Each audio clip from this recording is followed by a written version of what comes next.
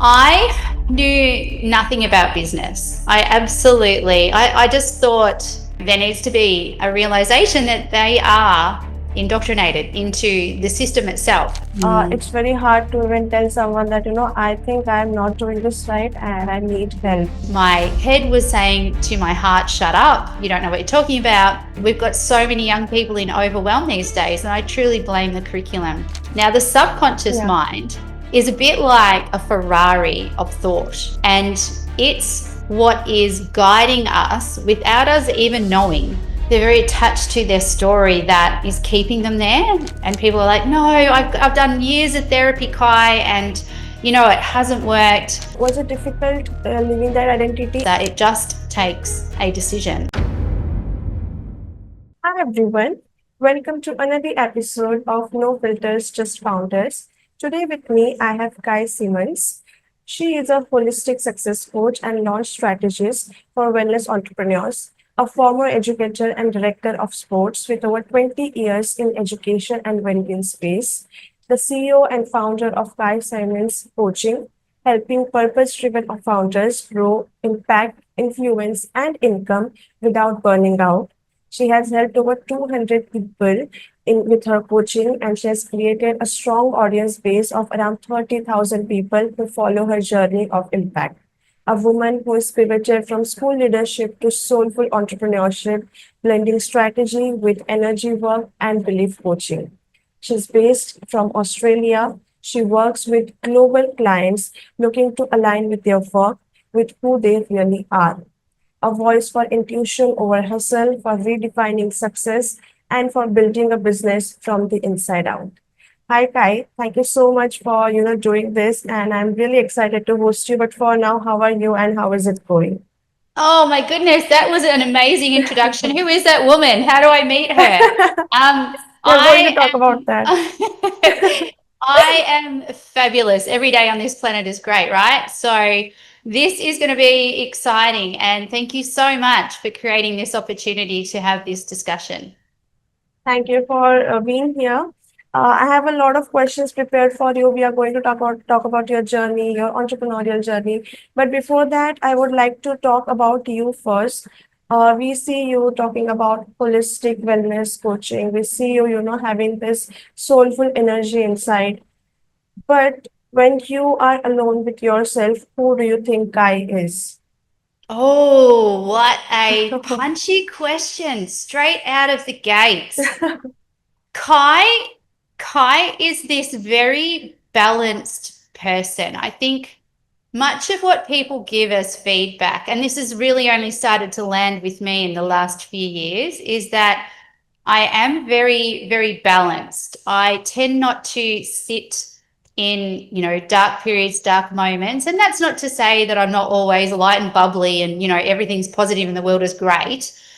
But I ebb and flow with ease, I think, through life. And I do the same in business. I like to make decisions that are frictionless. So wherever things occur organically, I tend to go that way. And I feel like that's been much of who Kye is. She just is a yes person. She's high energy. She loves the wild side of life. I'm not fearful of many things, and I think that defines me in business also. Like failing is something that I run at, and yeah, she's someone that I don't know is like I was going to say Lara Croft. It's probably a bit of an old reference, but she's a bit like Lara Croft meets some spiritual goddess somewhere where it's ebb and flow, and I like to go wherever I feel the pull and I feel like it's home. And sometimes that changes, so it's always changing. Beautiful. Actually, this is one of the most beautiful answers I have heard for this question because everyone defines themselves in their mind, but having the ability to think with the fact that, it's ever changing is something maybe, more human about us. So, yeah, it's really amazing. Before we deep dive, like I when I was like looking at your profile and I was researching about you, one thing that I got to know is that you were an educator for a very long period of time, and then you pivoted to coaching. So how did that journey happen, and what was the reason behind that? Oh, I'm not going to say the pandemic because I believe that it was something that was a seed planted inside me from a very young age. I always felt like service for me was really important, and building impact was another value of mine. And being able to marry the two was something that was probably happening for me superficially in teaching, but not in the way that I wanted it to. And as education evolved, as curriculum changed, I felt less and less connected from what it was I was actually teaching and doing. And I guess that inner voice became louder, that there was something different waiting for me that I needed to step into.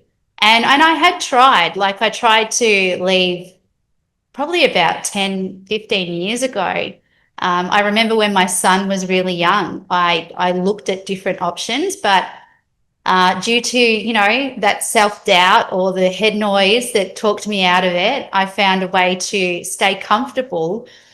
And I reached burnout. And then with the pandemic and everything like that, that was just sort of the nail in the coffin for me. It was a true awakening of misalignment, and it gave me the shove that I needed. And I was already out. I was already a foot out the door by then, but that was definitely the rocket fuel to get me going. Mhm. And when you said, you were not aligned with this schooling system, what particularly was something that made you think that, okay, I can't continue? Reason I'm asking you this is because even though it's a different topic from our podcast, but over here in India as well, we are not very fond of the education system because it doesn't prepare you for the life. It is always about just study, study, study, just, Yeah. Yeah. just hoggle up the everything and just keep reading, and you have to just answer like write answers that are in your textbook, but apart Yeah. from that the life outside nobody talks about. So I personally relate with that thing, but what are your thoughts and what made you believe that? 100%. Like that is, I teachers struggle with the word indoctrination, but Mm-hmm. unfortunately, there needs to be a realization that they are indoctrinated into the system itself. And, Yeah. they don't like to think that they're indoctrinating children, but that was a huge thing for me. Like, my background is in exercise physiology, and I was teaching to the text and getting this lab work and then expected to marry the two when they Mm. didn't meet. They weren't the same. Yeah. And yet I was expected to teach the text. And it was like, this just doesn't work. How are we, expecting our young people to think freely if we're telling them how to think? Yeah. And that irked me. And I agree. Like it just felt like assessment, more and more assessment, and with no implementation of it. It was like, learn this, do this, let's go. Learn this, do this, Mhm. let's go. And we've got so many young people in overwhelm these days, and I truly blame the curriculum. So look, I could talk for hours on that topic alone. No, I You get that. know.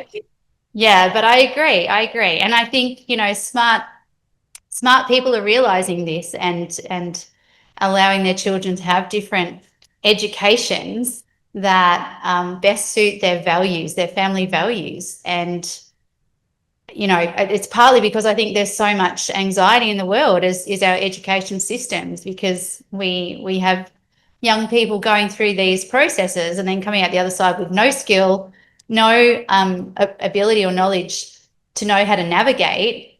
And that's scary. It's really scary, particularly if they've been in such a certain environment for 13 or so years. Really. Uh, I agree with you. Maybe we can have another podcast regarding this topic because this is something I relate with so much. Absolutely. Yeah. Anyway, Absolutely. coming back to our main topic. So, When you talk about that you always connected with, this side of the entrepreneurship, you Yeah. always wanted to build something more of something of around the wellness and holistic wellness.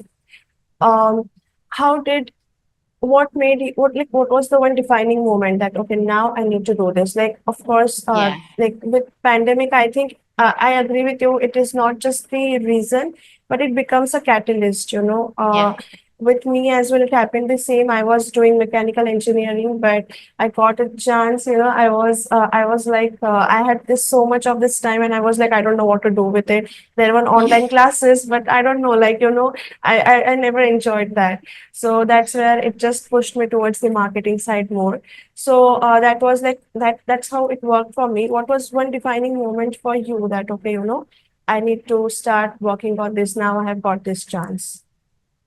I think one, and not to dwell on the education part again, but I felt so connected to an identity that wasn't serving me. And I had to do something to shift that identity. And I had started wellness coaching.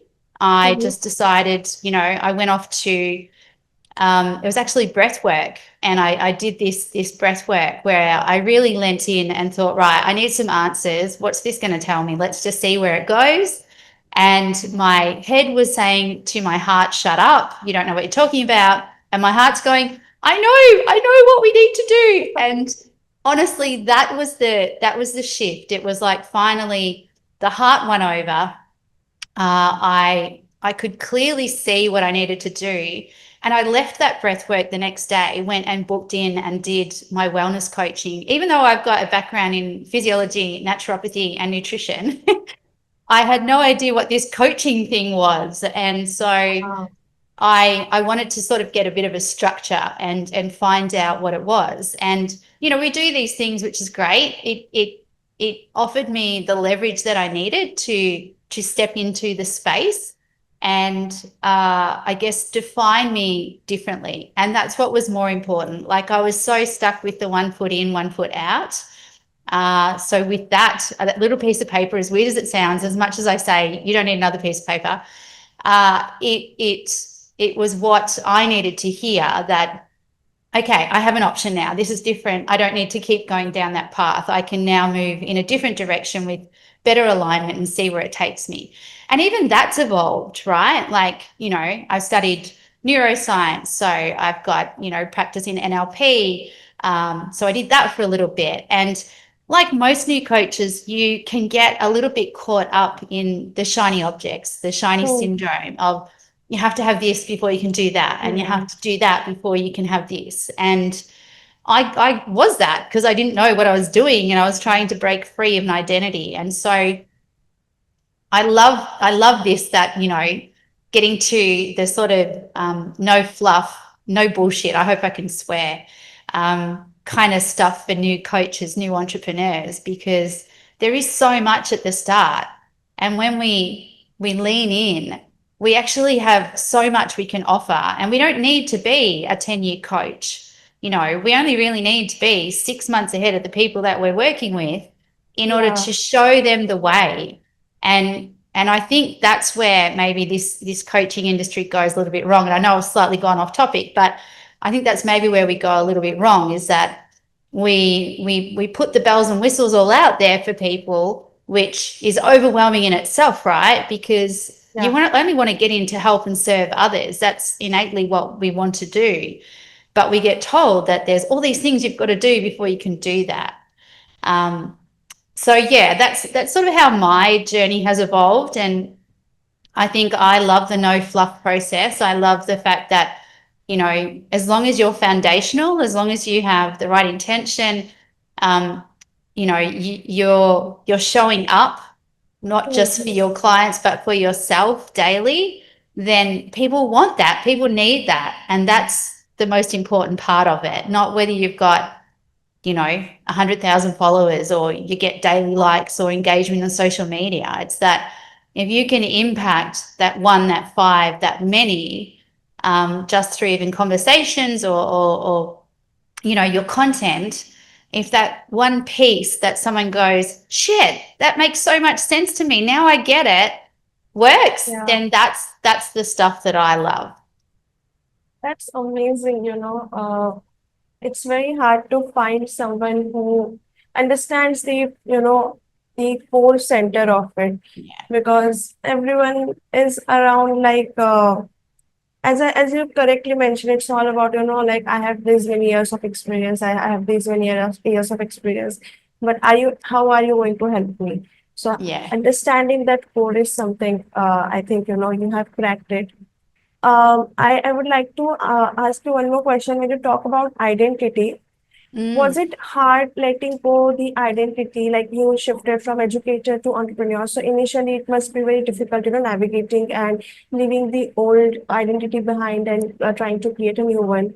So was it difficult leaving that identity? And what is one part of that identity, your old identity, that was most difficult for you to let go, or you had the hardest time letting go? Oh my goodness. This is the octopus, right? This is Um, the octopus that you used to carry around, and you would like you'd yeah. peel off a tentacle, and then another one Uh, would go, and then you peel off that tentacle, and then another one would go. yeah. It's probably. I think I'm good now. I don't feel Mm-hmm. like there is much that holds me to that identity, but initially it was really hard. Like there's, simple things like you can just eat whenever you want to eat and go to the toilet whenever you want to go to the toilet. Like Oh, they're really ingrained in your neurobiology, and um, it can be hard to break free from that. I think the perfectionism is something which is not just aligned with teaching or educators, but mm, most educators are perfectionists because they want to get it right. And that has been something that I've worked with over time to release mhm, and to reframe. Um, but yeah, there's so many parts of that. And, the 9 to 5, must work hard. That part is yeah. always challenging and always there. But look, it's much about just recognizing like that awareness and then embodying it in a different Mhm. way. I feel is the key to overcoming that identity piece, because it's always going to be there. It'll always be Yeah. activated. It's part of who you are. So having the strategies to navigate differently Mhm. has been most certainly more powerful going forward, but it's still there. Every now and again, that little octopus you just see a Yeah. tentacle, yeah, just creep over, and you're like, not today. Amazing, amazing. And apart from that, what were the challenges you faced, with your entrepreneurial journey? So I would actually like to ask you this question in two parts. Mm. First part would be, what were the challenges you faced then, apart from the identity shift, but initially navigating through the system and understanding more about the coaching. So what were the challenges you faced at that time?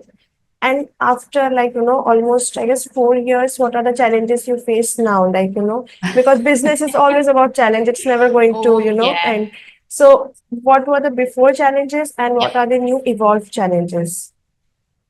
I knew nothing about business. I just thought as long as I had an ABN, people would come to me. Like if I had, a brand and I had an ABN, and, I sort of showed up and, was my bubbly self, people would just go, yes, that's great. I want to work with Kye. This will be amazing. And it's so much more than that. I think it was such a steep learning curve initially. I didn't fear the confidence of showing. That wasn't the problem for me. I think it was more that, and not to dwell again on being in education, but you think you have a certain skill set when you leave teaching, and then you get sort of put into the real world. And I quickly figured out that the technology that I knew and understood as being technology was probably about 10 years behind where the rest of the world was. So I very quickly had to learn how to, like, I didn't even have social media. And so, stepping into that space, 4 years ago was pretty challenging. And, now I run Pinterest. I've got a YouTube channel. I've got my Instagram, my Facebook, my LinkedIn, all of that stuff. And it keeps me on Yeah. my toes. And sometimes I drop some of the balls, but, that's just part of what it takes to get your message out there. Hmm. And now the second part to your question, and now, wow, well, it's just growth, isn't it? It's scaling. Yeah. I've recently, changed, a customer relationship management system, and that's been a huge learning curve. Like, I would, 4 years ago, I told you I didn't even have social media, and now I'm learning to code. Like, what is that? It's a different language. Even when I talk to people for support, it's funny because I'm a Gen Xer, and the millennials are like, they've got a whole different language. And they're talking to me in a different language, and I'm like, no, no, no, we need to back it up to the 90s or the early 2000s here, when that word didn't exist. Like, what are you Yeah, talking yeah. about? Or they'll say it in a way that's like, oh, it's just blah, blah, blah, blah. And I'm like, yeah, but I don't know what the bit before the blah, blah, blah is. So, yeah, you're always developing and progressing and changing and shifting and evolving. I mean, look at AI at the moment. I mean, it's come out of nowhere, and we're all like, well, this stuff's really good, but it just went like zoom, and Yeah. we're already having to update what we already know. So it's crazy world in this space. And what are your thoughts about Gen Z? Because I belong to Gen Z, but I'm also more of I connect with millennials more rather than my generation. I'm like 2000 born, so Yeah. I connect with sorry, millennials. But like, what are your thoughts about them Gen Z? Because I'm sure that you must have come across people who are in the support or anywhere who are Gen Zs. It's I don't know that I have an opinion on them. Like, Uh-huh. it's all based on, time, space, energy, and what you're exposed to, right? Hmm. I know I have some Gen Z friends, and I'd like to hope that I can hang with them, that, on some of the topics. I think it's mostly, though, because I'm in social. So I get exposed to a Wow. lot of the trends and what's happening, and, like the Minecraft movie stuff that's going on in TikTok. Wow. Like, I don't know how many 50-year-olds you'd know that would be aware of that, or why that's even happening, but I do, because I'm in TikTok, right? So I Hmm. think that's the piece that I want to emphasize, is that I don't see people as those, having just defined myself as a Gen Xer, I don't Yeah. see people as those generational definitions, but there's definitely a difference in how they view the world, how they language the world, and how it responds to them. And I think I kind of find it entertaining. Uh, no, I get that. I get that. Um, and like when you talk about the fact that there was one interesting thing that you said about I just had a question. I'm sorry. Yeah, right. Um, I guess we were talking about, yeah, the NLP side, when you were talking about the NLP, and I've been seeing, you are trained in that. How does that work? Firstly, I would like to understand what NLP is. And Yeah. secondly, how does it help one in a professional journey, in their professional journey? Oh, great question. So, NLP itself is just really about language. It's linguistics and understanding Hmm. how what we say impacts, our beliefs, how we move through this world, this journey, and using it in business is around building the belief to truly believe, first of all, in your product, in your service, and second of all, to create a sustainable belief system that's going to allow you to progress and grow as a coach, or in business. And Hmm. so much of the work I do, particularly with business, or with entrepreneurs, or coaches, is about, first of all, establishing the starting point of their belief. If they've got a poor belief system, if they're exercising daily self-belief, self-doubt, then that's going to affect them ongoing. And so, with my programs, the first 6 weeks we take to retune that, to rewire it so that it's effective for them, so that they're showing up for themselves daily, so that they get the best results for them in their own business. And then the last 6 weeks is about fine-tuning their business. Yeah. Right. And like I'm very fascinated with NLP. I have not personally practiced it a lot or tried it for myself, but I even over here in India, it's a very big thing. People talk about it a lot, especially coaches who are into like Yeah. success coaching. So, Yeah. can we deep dive more into it, Mm. like how exactly NLP works? What exactly happens with your neurological systems that help you change the way you think about yourself and about your Yeah. business? Yeah. Amazing. Okay. So think about the brain, okay, as Mm-hmm. conscious, subconscious, right? Hmm. When we're in our conscious mind, we're very Uh-huh. slow in thought. We're often responsive. We're very emotional, and it's a very ineffective way to think. Hmm. Then you have the subconscious. Now, the subconscious Yeah. mind is a bit like a Ferrari of thought, and it's what is guiding us without us even knowing throughout our day. It's stored all our past experiences, and from those, we have emotions that are actually connected to it. And so that's the point where if something happens and we might say we got activated or we got triggered, but we don't know what's caused it, it's the subconscious mind that actually shoots out the memory. So it's the shortcut to our memories, is pretty much what your subconscious does. And look, the best way to explain how the subconscious works is if you've ever gone shopping for a car or a particular product Hmm.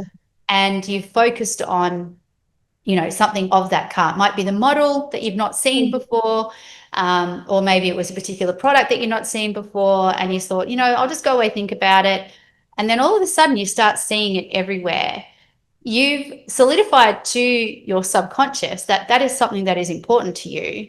And so now your brain, via your reticular activating system, looks out for that particular product. And so that's what we do when we go through daily life. Now, this is where it gets really interesting. Hmm.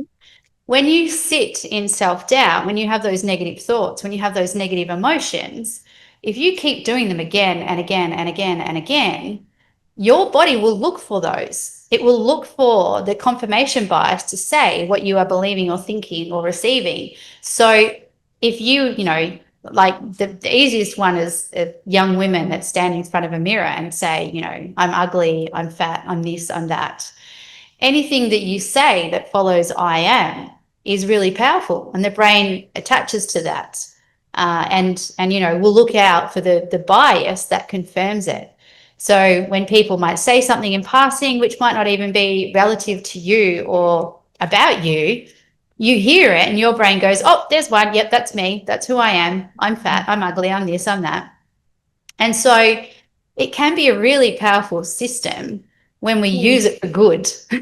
Yeah. Right? So that's Yeah. what the reframing part of NLP actually is. It's about, reprogramming those old beliefs, those negative emotions into things or into beliefs and emotions that actually work for us. And emotions can be good. They can be great triggers that tell us something's not right. The problem with society is that often we don't sit in that space. Like often we'll just cast it aside, or we'll disregard it, or we'll just say, oh, I was triggered, without actually going a little bit deeper and finding out what it was that caused the activation. Hmm. Yeah, that actually makes sense, like I can see why like your educator background, helping you with these things because the way you explain and the way with examples and everything, it makes sense. Is it also then like what we think our heart says is basically our subconscious mind trying to tell us something, or our emotions that we feel that, my heart believes in this or my heart wants this, are the emotions stored over there. It's it's really an emotional charge. So there's, from past lives, there's one of the processes that I work with is timeline therapy. And it's the ability of the subconscious to actually tap into our personal timelines. And, there's so much great work. I did a post not that long ago actually about how mitochondria can store 50 Yeah. years worth of trauma. And there is so much work at the moment in that space, but also around DNA telomeres. And when you put the two of them together, you can start to understand why people sometimes land in a lifetime that might not feel like it's theirs. And so being able to go back into those stories and actually reframe them. And something I say all the time is that it just takes a decision. And people are like, no, I've done years of therapy, Kye, and, it hasn't worked.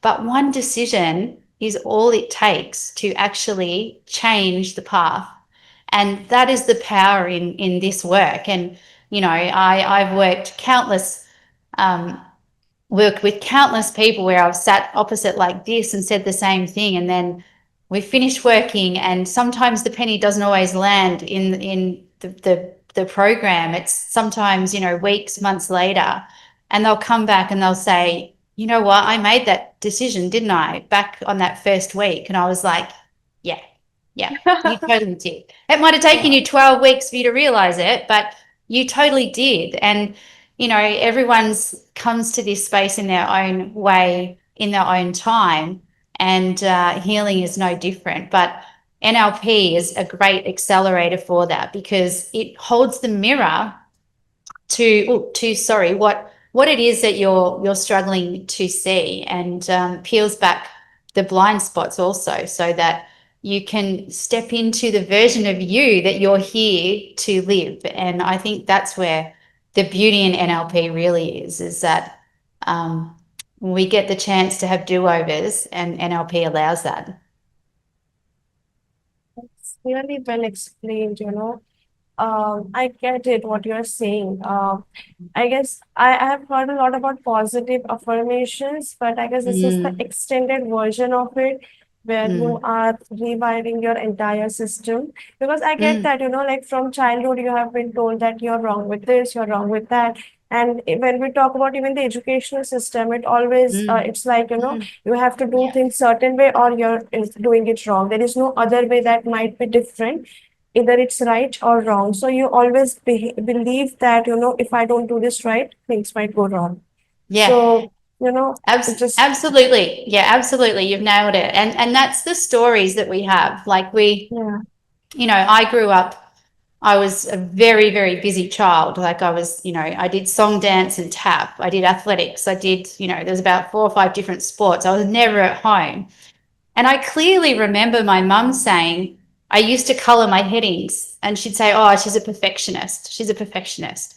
And I clearly remember her saying that. And that stayed with me right through my adult years. And that's how simple the trauma, like people talk about trauma, but that's how yeah. simple the trauma can actually be, right? The story that you have. And yeah, look, I love talking about this topic because I think there's a lot of misinformation around traumas, and people do tend to focus more so on the big traumas, but there is a lot of micro, mini, tiny traumas Yeah. that define us who we are as adults that could really benefit by being reframed and making that decision to do things differently for you. Because, like I keep saying, that's all it takes. Absolutely, I agree with you.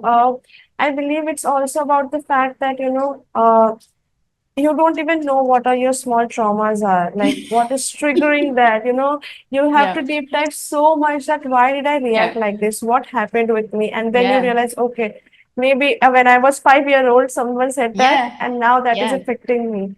So it's Yeah. very hard to, I guess that is why having a person who can help you navigate through the situation, a coach or a therapist, is necessary.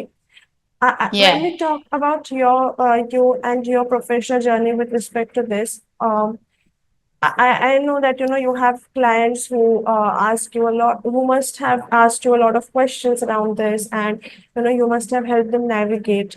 But what is that one question you feel that your client should ask you more so that they can get through that journey better? Oh, what is the one question they should ask me more? I feel like it's help. I feel like How? it's help. It's the vulnerability piece that we tend to take shame on, and yeah, definitely help. I think look, I don't work with everyone. I definitely pick and choose my clients. I see a lot of people sitting in victimhood, and they're very attached to their story that is keeping them there. And I can see that. Like sometimes I went through a phase where I couldn't, I was struggling to socialize because I'd tell people what I was doing and they would like, oh, I've got this problem. And then I'd be like, oh, how do I navigate this conversation? Because I can see what they're doing, but Yeah. it's not for me to tell them. So that's really the hard piece. I think yeah, I have navigated conversations like that where I've said, well, you should ask for more help. Like speak to someone at least, just tell them what you're experiencing so that, you can get the right support, or you can get the best outcome, one or both. But yeah, definitely I think help, is what I would suggest that they ask for more. I think that's even very powerful, as small as the word is, it's Mm, very hard to even tell someone that, I think I'm not doing this right and I need help.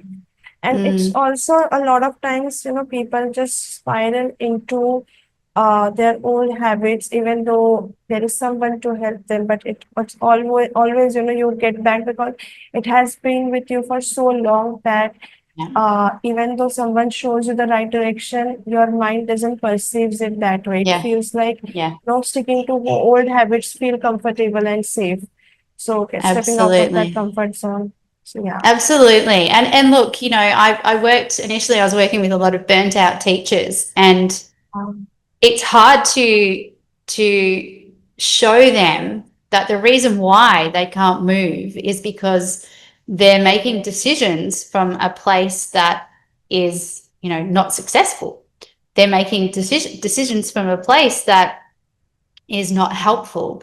They're stuck in a lens of burnout, of overwhelm, and they can't see the possibilities because their brain right now is saying, just stay where you are, just stay where you are, yeah. don't move, because, they're in fight or flight.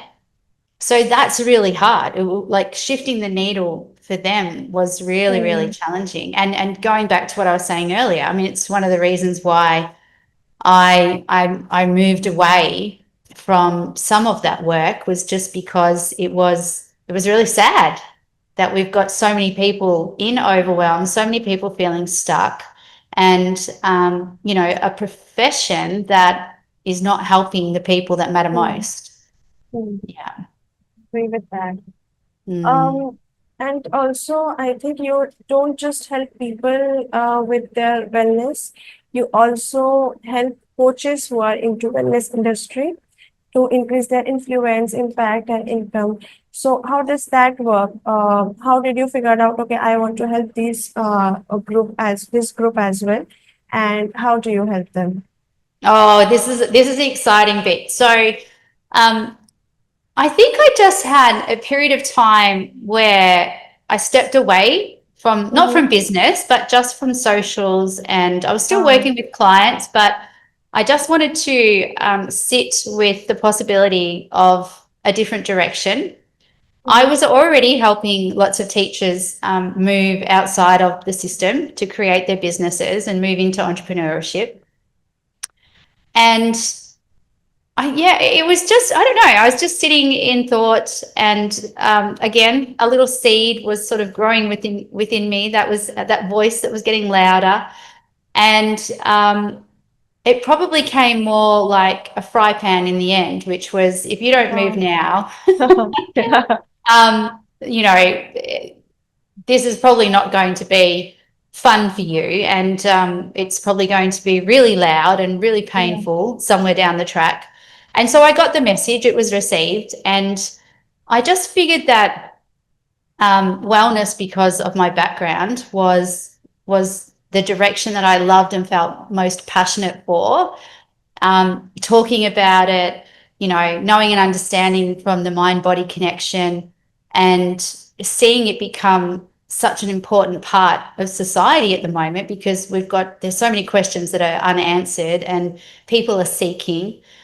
And then with my coaching and business, and creating a digital footprint, because for the last few years I've been certainly on that journey. The marriage of the two seemed like a match made in heaven, and Um, when I finally sat down and did put it together, it just felt right. Like, it's that alignment piece again. Once things sort of fall into place, the ease yeah. happens, the opportunities arise. And I just knew then that that was the direction that I wanted to go in, and it feels great. It feels easy. It feels rewarding. I get to talk to people about wellness. I get to talk to people like your gorgeous self about business, and showing up in socials. And yeah, it's a fun place to be. Absolutely amazing, and I'm glad, because what happens is a lot of times business coaches helps wellness coaches or other, other industry coaches, I would say. What happens is they are not able to understand the depth of the situations. Yeah. So having someone who has experienced the same thing, and they are doing it for themselves, and now they are, you are helping other people. So I guess and definitely your clients must know that you understand them because you have been through that journey yourself. Um, like how do you with respect to your clients, so like what are you working on, like with respect to like this year for them, and what's new thing that's coming from your end? How, if someone wants to join your coaching, how can they do that? Can you shed some light over there?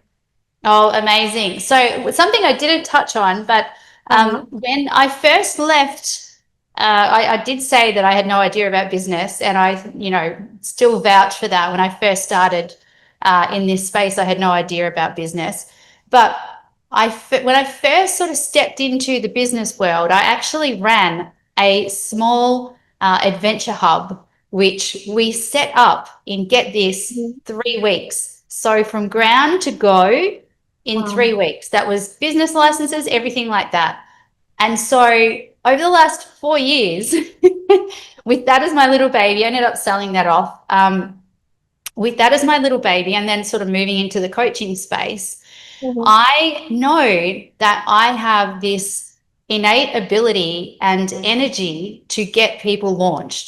And so my offer at the moment is around my 6 week container, which is a launchpad program, which pretty much is what it is, right? And it's for wellness entrepreneurs, new coaches that have sort of been sitting on the fence, right? They've probably got the certifications.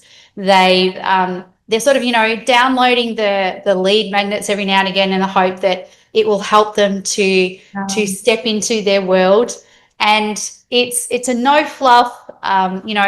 We get stuff done. We get you set up, tool based, strategy based, 6 week container that will have you getting clients and leveraging of social media in a way that's supported and accountable, and allows you to experience success, because that's what we want, right? We don't come into yeah.